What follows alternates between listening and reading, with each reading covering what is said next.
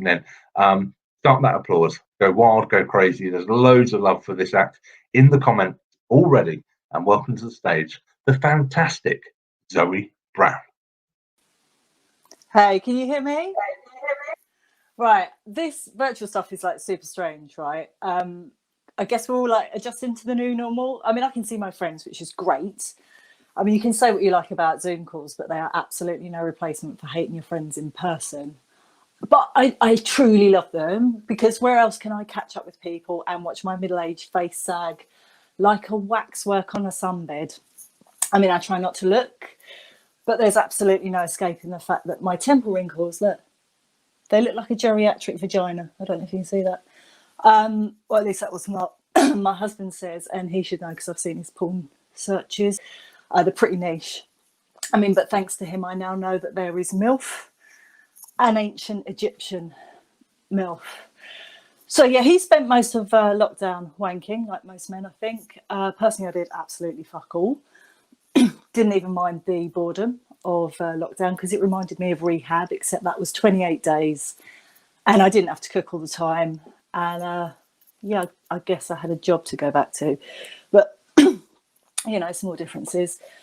But yeah, there's a common misconception that not drinking makes you judgy. And I have to tell you that's like 100% untrue, because I was always judgy. I just, you know, remember why now.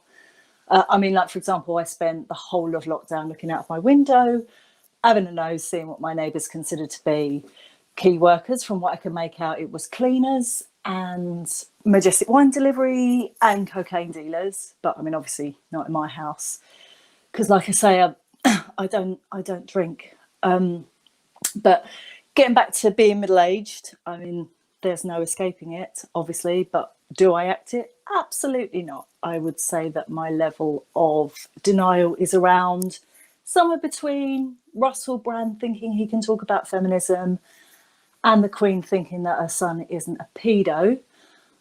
But yeah, I mean, I dyed my hair blue in lockdown, thinking I look cool and edgy. My husband takes one look and he's like, Zoe, you look like a Smurf has fucked a walnut.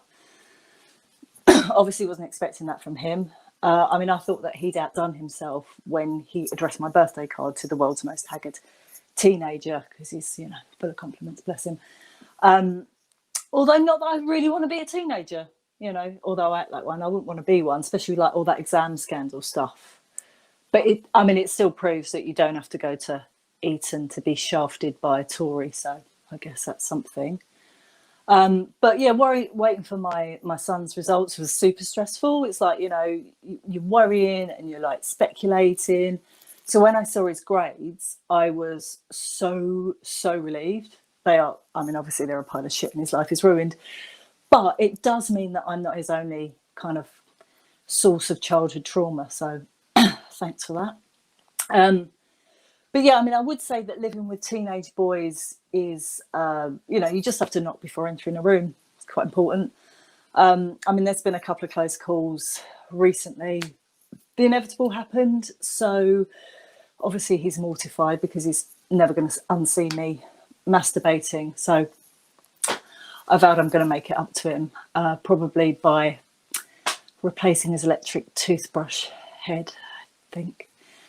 Anyway, with that marvellous mental image, I'm going to say goodbye.